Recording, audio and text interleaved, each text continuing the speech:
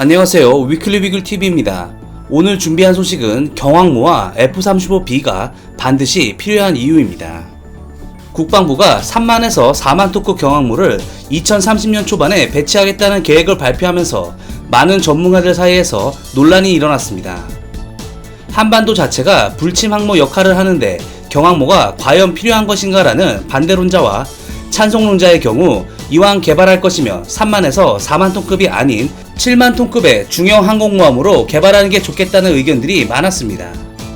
하지만 국방 예산, 도입 후 운용 비용 등을 고려해 3만에서 4만 톤급의 미국의 아메리카급 형태의 경항모가 적절하다는 쪽으로 의견이 모아진 것으로 알려졌습니다.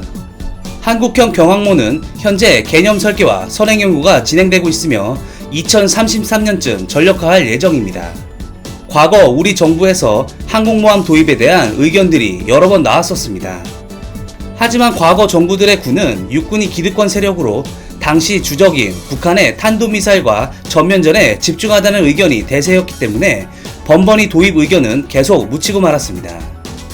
하지만 동북아 주변국들의 군비 경쟁이 심화되고 중국이 랴오닝함과 산둥함 두 척의 항공모함을 취역시키고 일본은 2015년과 2017년 취역한 이즈모급 헬기 탑재 호위함 두 척을 F-35B 스텔스 전투기를 운영할 수 있게 항모로 개조하고 있습니다.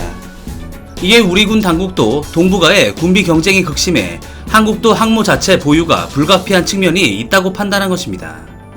2020에서 2024 국방 중기계획과 해군력 발전의 내용을 보면 해군은 수상, 수중, 공중작전을 통합적으로 수행하는 입체작전과 연근해뿐만 아니라 향후 원해에서 임무를 효과적으로 수행할 수 있는 능력을 갖추게 될 것이라고 경항모 도입 필요성을 언급하고 있습니다. 이렇게 동북아 주변국들의 항공모함 전력 및 해상전력 증강으로 이를 대응하기 위한 필수 요소로 경항모 도입이 결정된 것입니다. 하지만 논란은 쉽게 가라앉지 않고 있습니다. 우선 과연 필요한 도입인가입니다.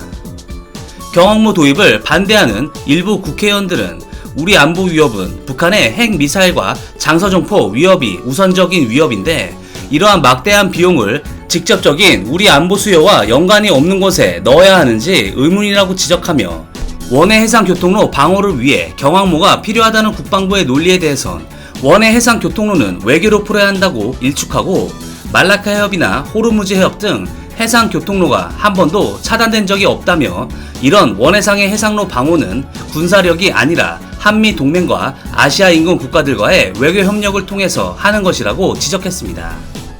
하지만 이는 아무리 외교로 풀어야 한다고 하나 외교만큼 잔인하고 계산적인 것은 없습니다.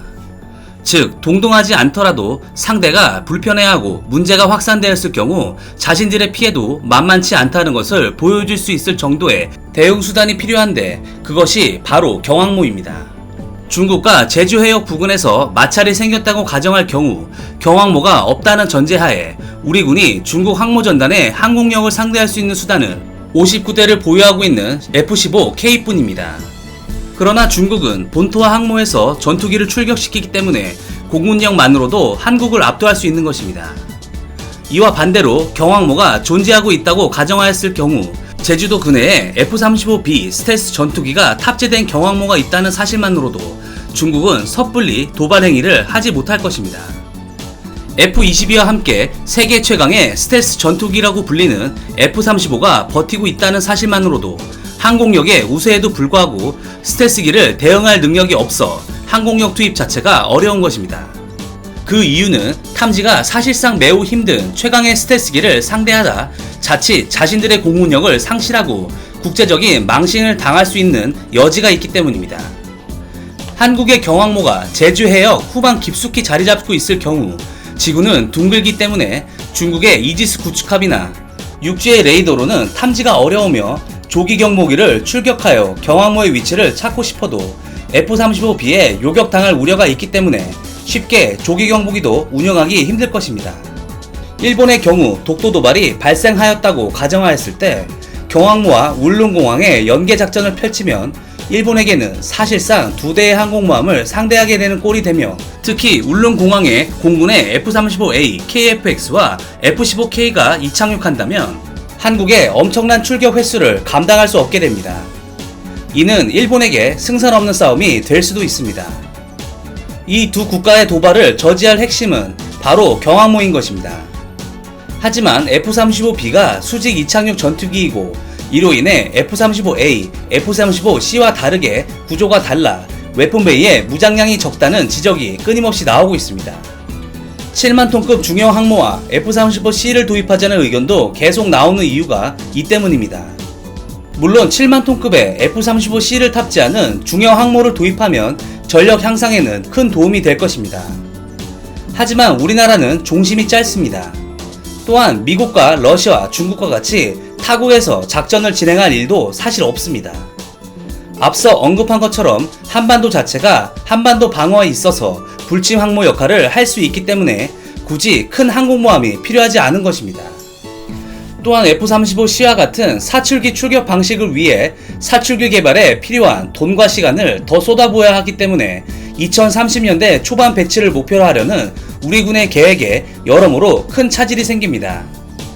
지금과 같이 개발하더라도 스텔스 전투기를 실은 경항모가 한반도 주변 해역에서 대기하고 있다는 사실 하나만으로도 상대국들이 이를 신경 쓰지 않을 수 없는 전쟁 억지력 수단 자체로의 활용도가 굉장히 높습니다. 또한 미국 주도의 대중국 견제에 힘을 보탤 수 있습니다. 미국은 중국몽과 군사 굴기를 앞세워 동중국해에서 인공섬을 세우고 동남아 국가들의 해역을 먹어치우려는 중국의 야욕을 막기 위해 남중국해에서 연일 항행의 자유와 연합훈련을 실시하고 경제적으로도 엄청난 제재를 가하는 등 그 압박 수위를 높이고 있습니다. 중국도 이에 질세라 미국을 압박하지만 아직 그 힘이 달리는 모양새입니다. 미국은 중국을 견제하기 위해 인도태평양 전략을 구상하고 있으며 또한 러시아와 중동을 상대하는 유럽연합의 나토와 같이 중국을 상대하는 아시아판 나토인 쿼드를 창설하려고 하고 있습니다. 여기에 한국이 빠진 것입니다. 하지만 미국은 쿼드 플러스라는 확장 방안도 염두하고 있습니다. 쿼드 플러스에는 한국, 뉴질랜드, 베트남이 참가할 것으로 보입니다. 아직 중국과의 관계로 인해 바로 참가할 수 없는 우리의 상황이 안타깝기는 하지만 쿼드 플러스에 참가하게 된다면 한국의 경항모가 중추 역할을 할 수 있습니다. 스텔스 전투기 20대가량을 실은 한국의 경항모 함대가 중국 견제작전을 지원한다고 하면 미국 입장으로선 대단한 힘을 얻을 수 있는 것입니다. 또한 동북아에서 일본 힘 빼기에도 큰 역할을 할 것입니다. 일본이 중국과의 관계를 악화시키면서까지 적극적으로 미국의 인도태평양 전략에 편승하고 쿼드에 참가하는 이유는 향후 이러한 일본의 역할을 통해 보통 국가로의 변모와 동북아에서의 군사 리더 역할을 하고 싶은 것이 그 이유입니다. 또한 이렇게 된다면 독도 도발은 더욱 심해질 것으로 판단됩니다. 우리가 이러한 일본의 힘을 분산시킬 필요가 있는데 이때 필요한 것이 쿼드 플러스 참가와 경항모인 것입니다. 정치적, 군사적으로 경항모는 꼭 필요하며 2030년대 초반 배치와 그나마 합리적인 예산으로 운영할 수 있는 방법은 3만에서 4만톤급의 F-35B 탑재인 것입니다. 우리나라가 다른 국가를 먼저 침략할 이유가 아니라면 지금의 형태가 제일 적당하다고 판단됩니다. 경항모를 배치하는 과정까지 앞으로도 굉장한 잡음이 많을 것이라고 생각됩니다. 하지만 어떠한 외압에도 흔들림 없이 무소의 뿔처럼 우직하게 개발을 진행하길 기원합니다. 이상 위클리 비굴이었습니다. 시청해주셔서 감사합니다.